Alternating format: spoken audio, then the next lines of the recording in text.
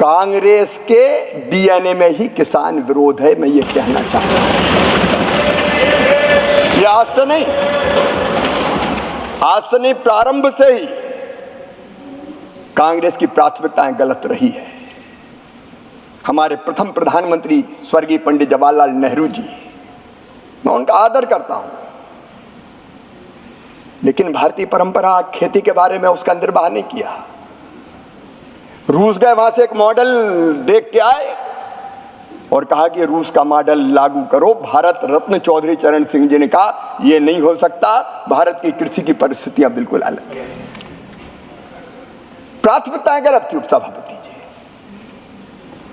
17 वर्ष तक उन्होंने प्रधानमंत्री जी के पद को सुशोभित किया, लेकिन तब क्या होता था?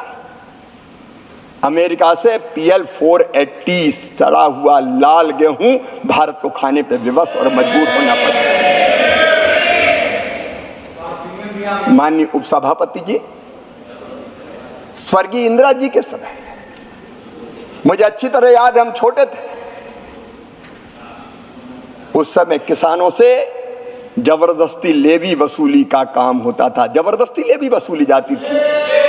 अगर 2 क्विंटल भी है तो 1 क्विंटल दे के जाओ। बिंडे खोद दिए जाते थे, रखा हुआ अनाज उठा लिया जाता था। भारत आत्मनिर्भर नहीं हुआ। स्वर्गीय राजीव जी ने भी बात जरूर की, उन्होंने बात अवश्य की एग्रीकल्चर प्राइस पॉलिसी की, लेकिन किसानों की आय बढ़ाने के लिए कोई सार्थक कदम नहीं उठाए। यहां तक कि माननीय उपसभापति जी, उदारीकरण का प्रारंभ हुआ। स्वर्गीय नरसिम्हा राव जी, मनमोहन सिंह जी उस समय वित्त मंत्री थे, लेकिन उस समय भी कृषि से जुड़े उद्योगों को डी लाइसेंसिंग नहीं किया गया। कांग्रेस की प्राथमिकताएं गलत थी। मोदी जी के नेतृत्व में प्राथमिकताएं बदलने का काम हुआ और खेती के लिए माननीय अध्यक्ष जी, हमारी 6 प्राथमिकताएं मैं आपके सामने निवेदन करना चाहता हूं। 6 प्राथमिकताएं। नंबर 1, उत्पादन बढ़ाना।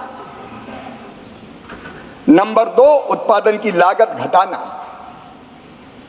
नंबर 3, उत्पादन के ठीक दाम देना। और नंबर 4, प्राकृतिक आपदा में ठीक राहत की राशि देना। नंबर 5, कृषि का विविधीकरण, खेती में वैल्यू एडिशन। और माननीय अध्यक्ष उपसभापति जी, आने वाली पीढ़ियों के लिए भी धरती सुरक्षित रहे, इसलिए प्राकृतिक खेती को बढ़ावा देने का प्रयास। सुविचारित ढंग से यह भारतीय जनता पार्टी की सरकार, एनडीए की सरकार